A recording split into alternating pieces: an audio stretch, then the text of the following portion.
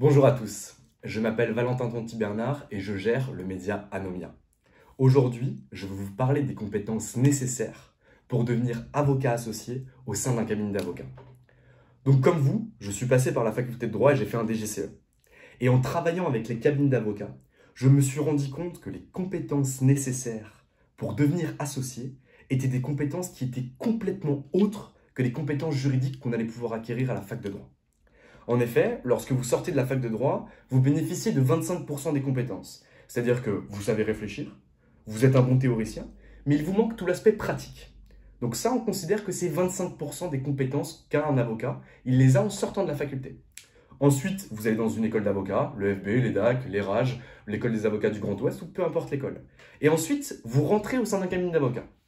Et là, en théorie, vous devez acquérir la pratique, qui représente 35% de ce que va acquérir l'avocat. 35 plus 25 égale 60. J'ai fait un bac littéraire, mais ça je maîtrise. Et où sont les 40 dernières compétences? Les 40% de dernières compétences, où sont-elles? Ce sont des compétences qu'on acquiert sur le tas, mais qu'on n'acquiert jamais de la bonne façon.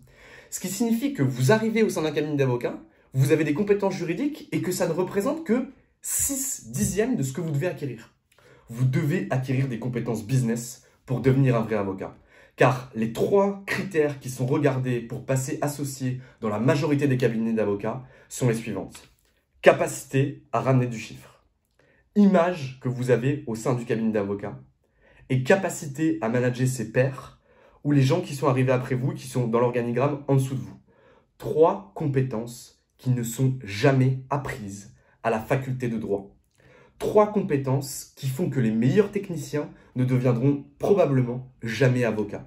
Il est donc nécessaire que vous puissiez prendre conscience que le droit, c'est une chose, c'est un prérequis, c'est quelque chose qu'il faut maîtriser, mais que ce n'est pas suffisant. Et que pour aller plus loin, il est nécessaire d'acquérir des compétences business en hard skills et en soft skills.